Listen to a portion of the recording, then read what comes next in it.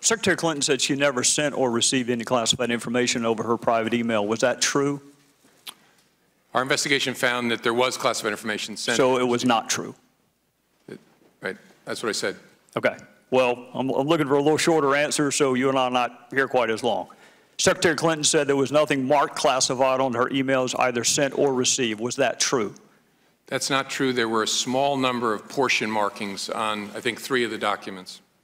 Secretary Clinton said, I did not email any classified material to anyone on my email. There is no classified material. Was that true?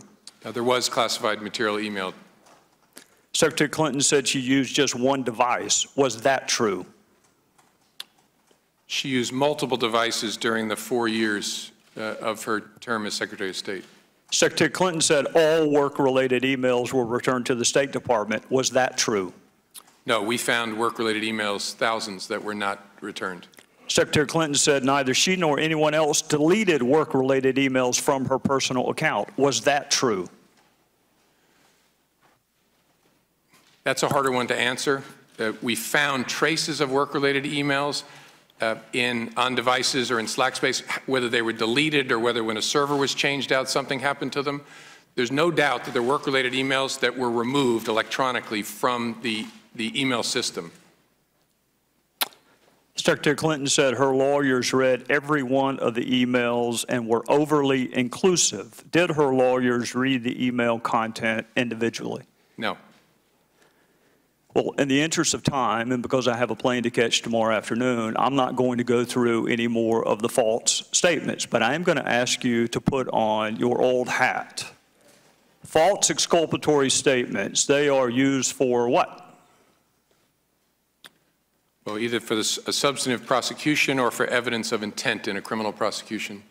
Exactly. Intent and consciousness of guilt, right? Is that right? Right. Consciousness of guilt and intent.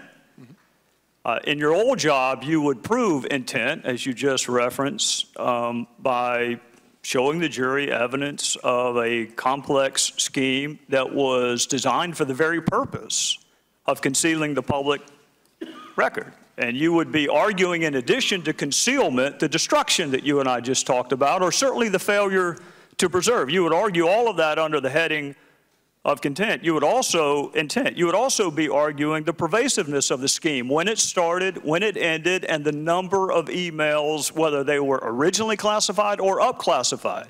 You would argue all of that under the heading of intent.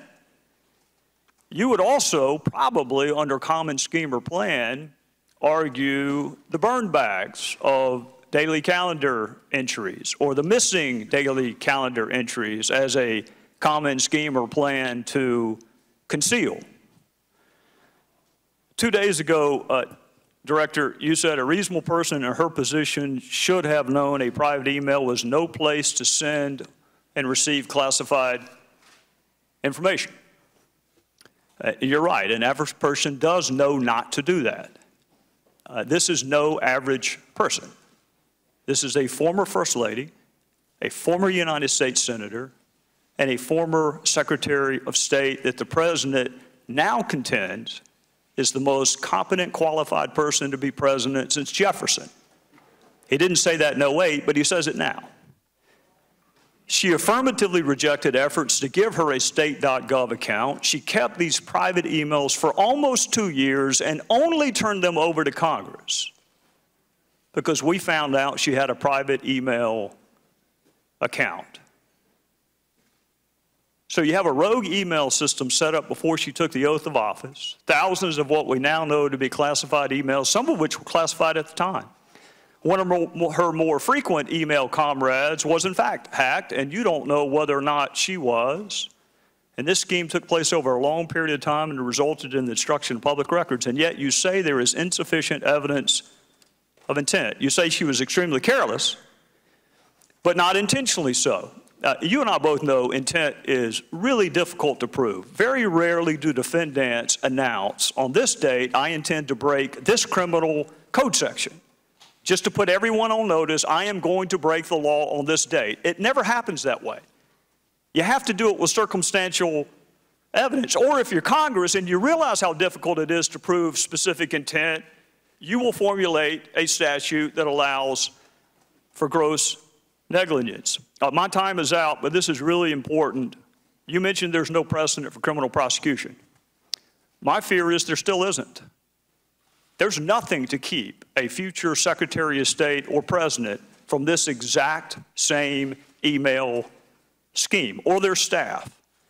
And my real fear is this. It's what the chairman touched upon. This double-track justice system that is rightly or wrongly perceived in this country. That if you are a private in the Army and you email yourself classified information, you will be kicked out. But if you are Hillary Clinton and you seek a promotion to Commander-in-Chief, you will not be.